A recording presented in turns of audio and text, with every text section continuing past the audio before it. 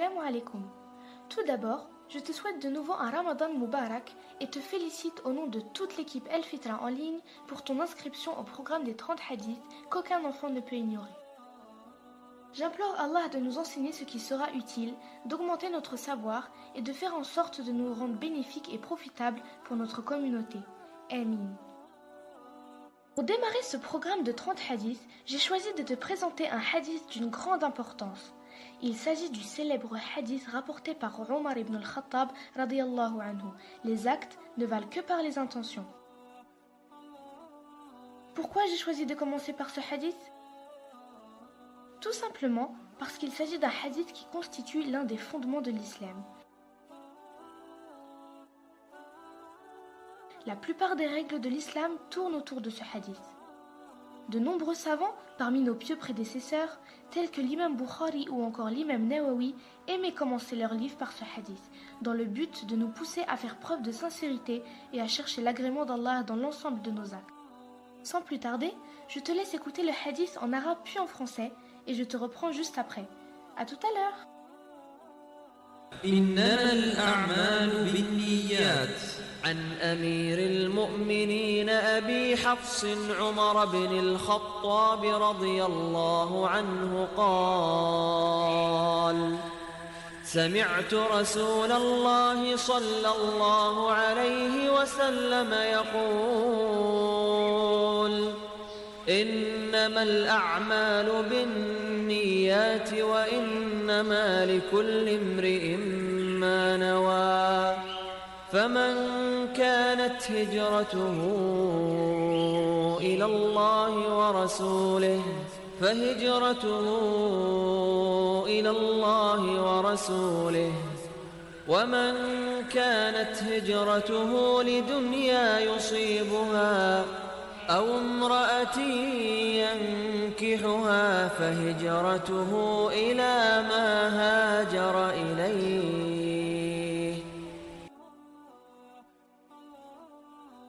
L'émir des croyants, Abu Hafs Omar ibn al-Khattab radiyallahu anhu a dit: J'ai entendu l'envoyé d'Allah sallallahu alayhi wa sallam dire: Les actes ne valent que par les intentions, et à chacun selon son intention. Celui dont l'émigration a pour fin Allah et son envoyé, son émigration sera composée comme étant pour Allah et son envoyé. Celui dont l'émigration a pour fin un bas monde qui l'atteint, ou pour une femme qui l'épouse, son émigration ne sera comptée que ce vers quoi il a émigré. Ce hadith est rapporté par Al-Bukhari et Muslim. Qui est Omar ibn al-Khattab ? Omar ibn al-Khattab était un sahabi, autrement dit, un compagnon du prophète Mohammed sallallahu alayhi wa sallam. Son nom était Abu Hafs Omar ibn al-Khattab ibn Nufayl, radiyallahu anhu. Il était du clan Banu Adi de la tribu Quraysh. Il succéda à Abu Bakr as-Siddiq, radiyallahu anhu, pour devenir le deuxième calife de l'islam. Il a été surnommé par le prophète El-Farouq, c'est-à-dire celui qui discerne le vrai du faux. Il fut remarquablement équitable lors de son califat. Que nous apprend ce hadith ? Leçon numéro 1. Allah juge nos actions en fonction de nos intentions. En effet, nos actes sont jugés en fonction de l'objectif que nous visons. La plupart du temps, tu manges parce que tu as faim, tu fais une sieste parce que tu t'ennuies, tu fais du sport pour t'occuper ou garder la forme, ou encore tu te brosses les dents car il faut aller dormir. Mais pourquoi ne pas transformer toutes ces actions en actes d'adoration ? Comment ? Tout simplement en y mettant la bonne intention. Par exemple, en récitant l'invocation avant de manger et en ayant l'intention de pratiquer la sunna dans ta manière de manger afin de plaire à Allah. Ou encore, en faisant du sport dans l'intention d'avoir plus de force pour accomplir convenablement tes actes d'adoration. Mais également en te brossant les dents chaque soir, non pas avec la seule intention de dormir, mais aussi car notre prophète sallallahu alayhi wa sallam nous enjoint à la propreté. Et oui, ta routine quotidienne peut très vite devenir une succession de bonnes actions. Leçon numéro 2. Nos actions sont récompensées selon nos intentions. Si tu veux faire une bonne action et qu'Allah te permet de l'effectuer, tu seras récompensé en fonction de l'intensité de ton intention. Par exemple, rendre visite à ton voisin malade et hospitalisé dans le but de plaire à Allah est un acte récompensé.